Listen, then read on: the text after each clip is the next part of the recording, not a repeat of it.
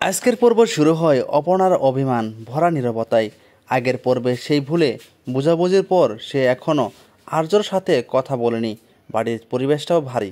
মা বাবা বুঝতে পারছে কিছু একটা হয়েছে, কিন্তু কেউই স্পষ্ট কিছুই বুঝতে পারছে না। অন্যদিকে আর্য নিজেকে কাজের মধ্যে ডুবিয়ে রেখেছে।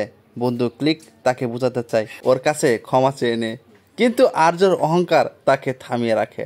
দুজনের মনে আছে শুধু এক অপরের কথা, কিন্তু কেউ আগে হাত বাড়াতে পারছে না। তবে সব থেকে বড় আকর্ষণীয় মুহূর্ত হলো দুপুরের দিকে অপর্ণা কলেজ থেকে ফেরার পথে হঠাৎ আর্যকে দেখতে পাই। চোখাচোখি হয়, কিন্তু কেউ কথা বলে না। ব্যাকগ্রাউন্ডে মিউজিক বাজে, চিরদিনই তুমি যে আমার। দর্শকদের মন ছুঁয়ে যায় সেই মুহূর্তটি। ঠিক তখনই গাড়ি থেকে আর্য নেমে এসে কিছু বলতে চায়, কিন্তু তখনই ক্লিক ফোন করে জানায় তাদের অফিসে বড় ক্রাইম এসেছে, তাকে এখনই যেতে হবে। অপর্ণা ভাবে ওর কাছে কাজই সব, আমি নয়। আর্য ভাবে যদিও একটু অপেক্ষা করতে হয়, দুজনের মধ্যে দূরত্ব আরও বেড়ে যাবে। তবে আসল মজার টুইস্ট হলো শেষের দৃশ্যে দেখা গিয়েছে ক্লিকের সাথে দেখা করতে যায় এক নতুন চরিত্র, সেনাবাহিনী, যাকে দেখে বোঝা যায় সে আগের পর্বে খলনায়িকা নয়, কিন্তু রহস্য তার মুখে একটা সংলাপ, আর্য যদি নিজের পথে ফেরাতে হয় তবে আমি পারবো।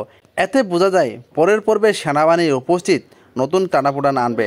তো বন্ধুরা, এই ছিল আজকের আপডেট।